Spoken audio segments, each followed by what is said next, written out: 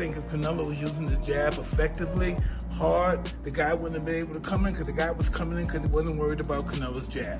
So he got more aggressive and he got brave. If you're not jabbing, he has no defense.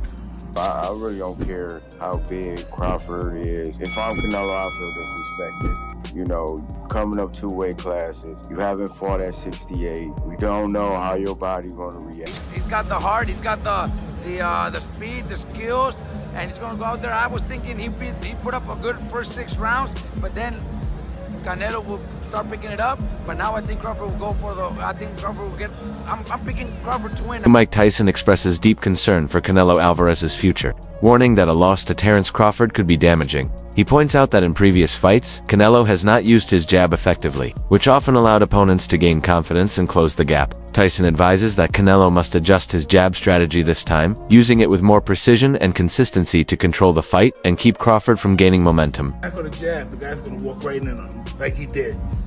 Next fight, use your jab, different fight. Well, it's really basic,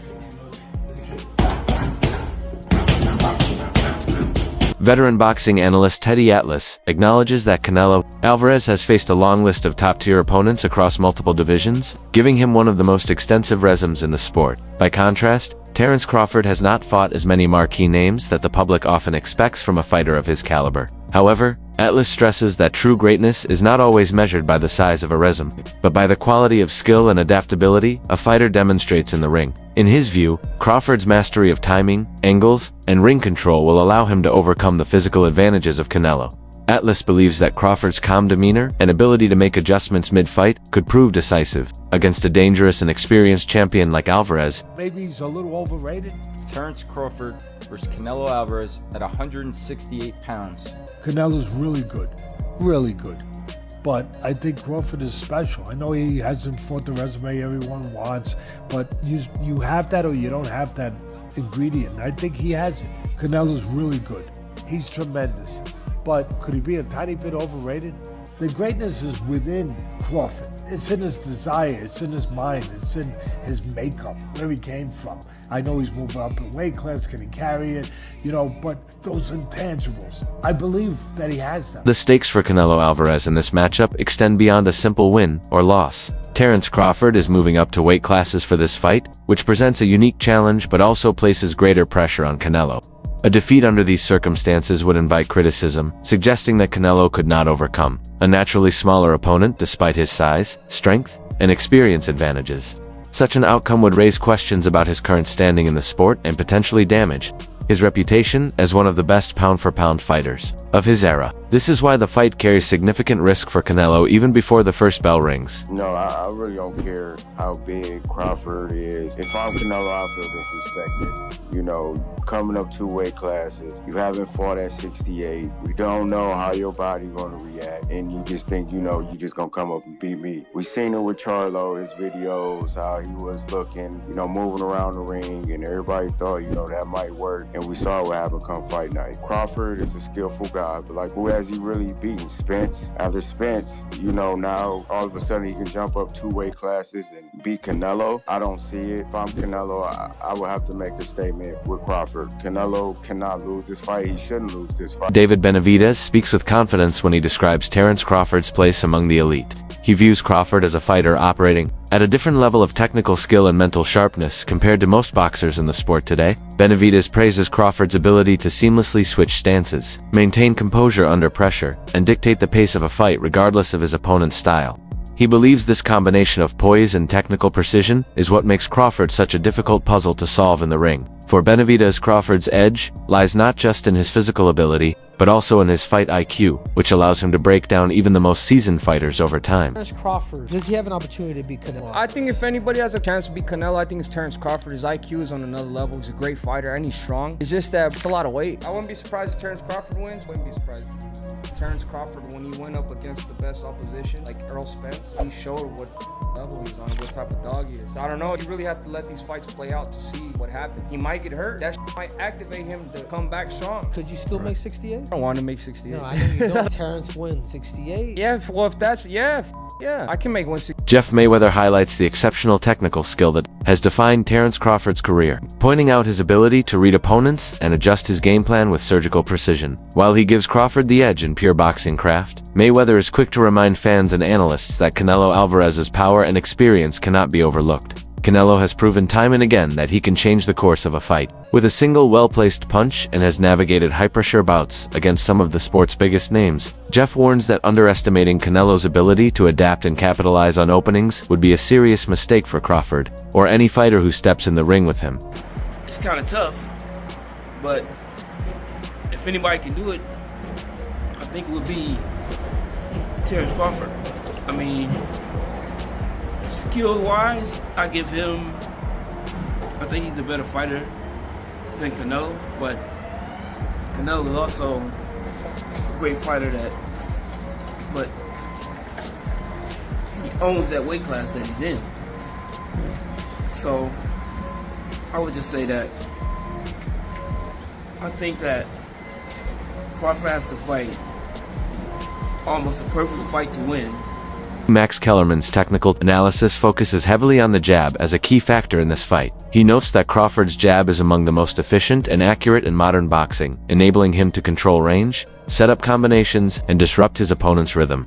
This ability to dictate pace through a well-timed jab has been central to Crawford's success. Kellerman contrasts this with Canelo Alvarez, whose jab earlier in his career was a weapon capable of neutralizing aggressive fighters. In recent years, however, Canelo's jab has appeared less consistent and less frequent in his approach, which could leave him vulnerable to Crawford's disciplined use of the lead hand. Give you a list of attributes, and then tell me who do you feel is best in that attribute.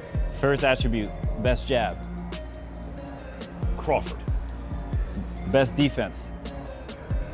Crawford. Nowadays, Crawford.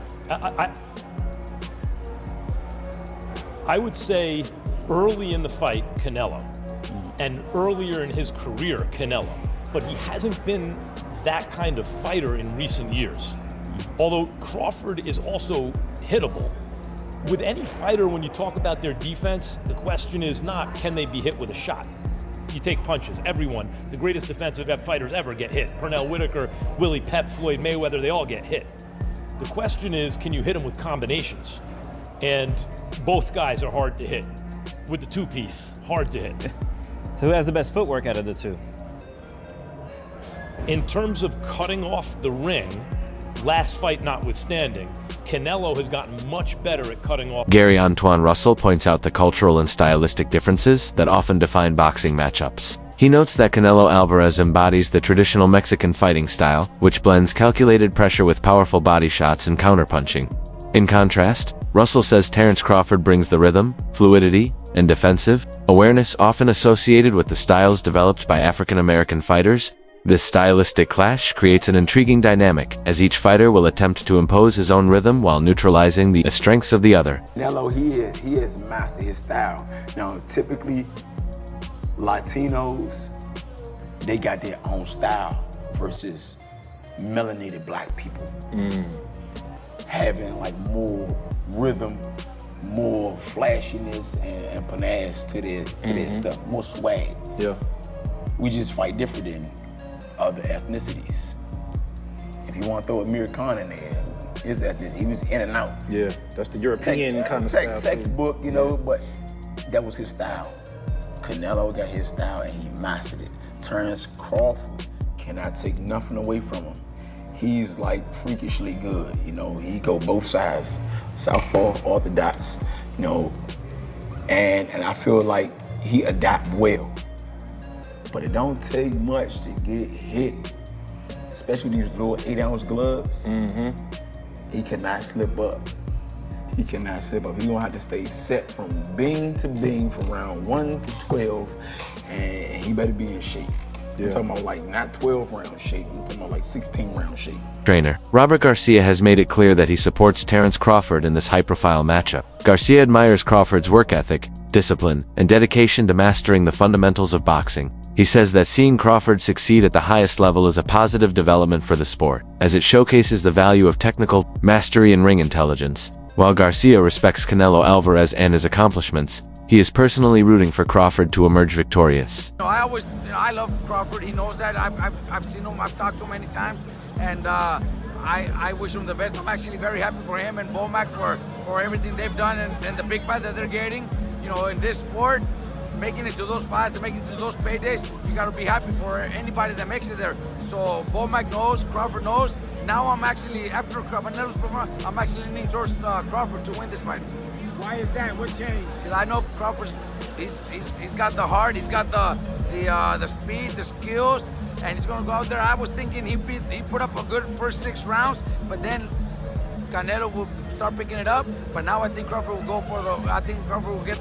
I'm picking Crawford to win. Omari Jones believes that Crawford's approach to preparing for this bout is a model of professionalism. Rather than bulking up quickly and risking a loss of speed and stamina, Crawford has strategically added weight through a targeted program of nutrition and conditioning. This allows him to keep the agility that makes his style so effective, while also building the durability needed to face a naturally larger fighter like Canelo. Jones views this preparation as giving Crawford the best possible chance of winning, while minimizing the physical disadvantages that come with moving up in weight. Me personally, meeting Crawford several times, it's like the man is just so competitive. It's like I don't even have to say nothing to him. He'll just like, man, when we sparring, it's like his competitiveness is always gonna put him over the edge, and then he just has that like, I'm not gonna let you bully me, or his skill set. And it, I know they talk about Charlo when Charlo moved up, but I feel like it may be a little bit different for Canelo this time around, because Crawford took the moving up in weight classes serious. He did the dieting, he did the training. So I feel like when you put in work like that, it's a win-win. So you don't think Crawford, gaining that weight, because I saw him, he's pretty big. You don't think that's going to be a disadvantage for him in this fight? No, it looked like he put it on the right way. The nutrition, the like I said, the training. Crawford, he trains hard, so I feel like, I know they say he probably went up to like 185, so he has to lose that weight. But I think if he did it the right way, which I know he did, he'll be successful in September. And I know you, like we discussed earlier, we talked with your pro debut, and now you're 3-0. Your last fight, July 19th against Blanco, and it was actually your 3rd win by knockout. Yes. Super proud of you. How are you feeling about your pro career so far?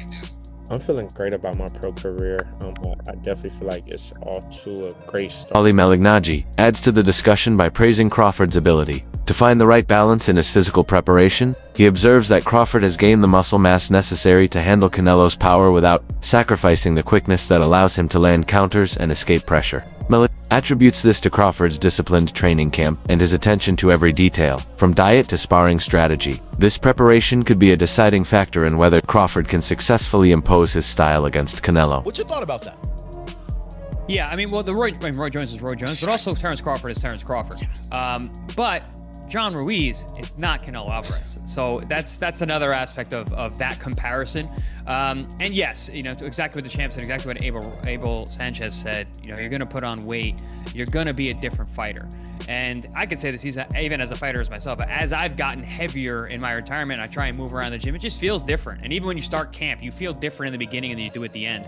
But listen, we're still 4 or 5 weeks away. I don't know exactly what Terence is weighing right now. And even if he does say what he weighs, man, he's gone out there and said he's weighed, all types of crazy numbers just to get media to respond. So it's really not really going to know until the fight and we see these guys next to each other. He might look bigger right now, but he might not be that heavy. He might still be in the range that these guys are targeting for the fight itself. Stephen Bredman, Edwards focuses on Crawford's mastery of movement as the foundation of his success. He explains that Crawford's ability to manage distance forces opponents into uncomfortable positions, making them miss and leaving them vulnerable to counters. This skill, combined with elite conditioning, allows Crawford to maintain a high pace without tiring across 12 rounds. Edwards believes that this movement will be crucial in neutralizing Canelo's pressure and preventing him from trapping Crawford against the ropes. He also points out that Crawford's mental resilience ensures that he stays composed, even when dollars under heavy fire. He's really good. But Crawford is just so clutch, His conditioning is so good. They're gonna be about similar heights. Crawford's a little taller, he's longer. And I think that Crawford's adjustments in fights are so underrated. He is a master adjuster. He finds something in every fight and just goes with it. That last fight, people talk about he struggled. You know what he found that last fight? A simple jab. He just started beating the guy up with a jab. He finds something in every fight. And he don't fight a lazy fight. Canelo, for as good as he is, he hasn't stopped anybody since 2021. That's 4 years. You know why? Because he gets a little tired and gets like a little bit complacent. He's a power puncher. Anybody that punched that hard don't want to go 4 years without a stoppage. He haven't got a stoppage because he don't have the conditioning and the stamina to push a guy over the edge after he hurt him, or after, you know, when the guy's running away from him, to still be able to go get him. He don't want to go the distance in all these fights. You think he wants to go the distance with Jamel Charlo and John Ryder and Edgar Berlanga and Triple G at 68? He don't want to, but he don't have that extra gear anymore, in my opinion, to get guys. Canelo Alvarez's recent performance against William Skull has sparked concern among analysts and fans alike. His output was lower than usual, and his movements lacked the urgency and precision that had been hallmarks of his prime years. Instead of pressing the action, Canelo often reacted to Skull's offense, allowing his opponent to work more comfortably than expected. This hesitance raised questions about whether Canelo still has the stamina and sharpness to control elite opponents over 12 rounds. Critics worry that if these issues persist, they could be exploited by a fighter as versatile as Crawford. And after really the Triple G fight is when we've seen the slippage on Canelo. And over the last 2 years, it's been immediately apparent. It's been apparent straight away over the last 2 years. Canelo's feet have always been slow. He's always been very slow-footed. So when people are saying, oh, it looks like his legs are slowing down, yeah, they are. They've never been quick, but now they're even slower, which is a problem. And Jim Lampley on commentary on Friday night show was saying that one of Canelo's biggest strengths is his legs. It generates power and it helps with his punch resistance. Well, those legs are sliding and that power is diminishing. Canelo hasn't had a stoppage win now since he knocked out Caleb Plant in 2021. And yeah, he's dropped some of these guys, but he's not been able to step on the gas and finish them. He's not been able to go through the gears. His gas tank, you can put that into question as well. And Canelo Alvarez, come July, be 35 years old.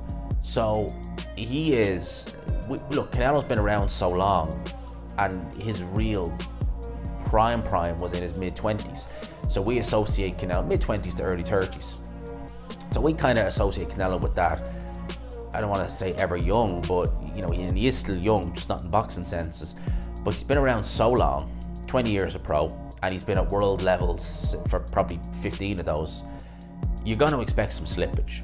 And I think in this fight, an opponent, it was very negative, yes, but an opponent who Canelo Alvarez of 5 years ago would have handled, and he did handle him, but you know what I mean, he probably would have put some damage on William Skull. He did. Sean Porter and other analysts believe that for Crawford to win, he must rely on a game plan centered around distance control and strategic angles. By constantly changing positioning and forcing Canelo to reset, Crawford can blunt his opponent's forward momentum. Over time, this could wear Canelo down both physically and mentally. Porter emphasizes that mental discipline will be just as important as physical ability in this fight. The fighter who remains composed, focused, and consistent with their strategy from the opening bell to the final round is likely to emerge victorious. Yes. So, I haven't seen that Terence Crawford against Canelo in these two press conferences. They're having dinner, they have the presser in Riyadh, they have the presser in New York. That's a weak-ass push by Canelo. And, you know, that is not Canelo, what he did with Caleb Plant, that was real. You know, he slipped him and then slapped him, and that was like, okay. This felt like, hey, social media saying you guys are being too friendly. We're paying you all this money. We're putting a knockout bonus there. Come on, we got a fight to sell. Let's heat this up a little bit. Obviously, they're both great fighters, and they're both coming to win, and you know, but. I don't want to get too deep into it today, but you know my thoughts on this, the big picture, like what's looming, the fight to me, because I'm the journalist, right?